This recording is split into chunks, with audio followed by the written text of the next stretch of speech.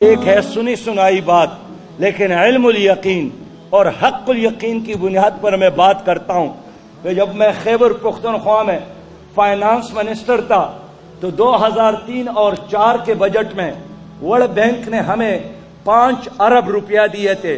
اس کو ہم نے بجٹ کا حصہ بنایا، 5-6 مہینے گزر گئے، وہ پیسے جب نہیں ملا تو یہاں کنٹری ڈائریکٹر تھا ورلڈ بینک کا، جان وال اس کا نام تھا، وہ پشاور آئے، میں فائنانس منسٹر کی حیثیت سے ان سے ملا۔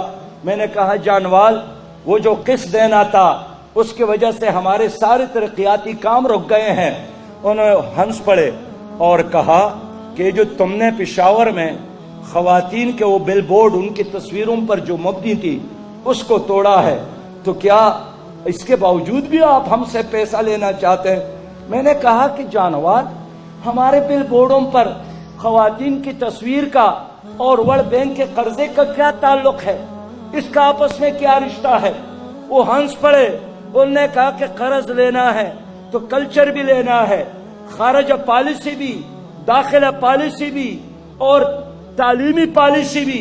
یہ کیسے ہو سکتا ہے کہ پیسہ ہمارا ہو اور نظریہ اور کلچر اور تہذیب اور عقیدہ آپ کا چلے؟ نہیں، ان دونوں میں سے ایک کا انتخاب کرنا ہے۔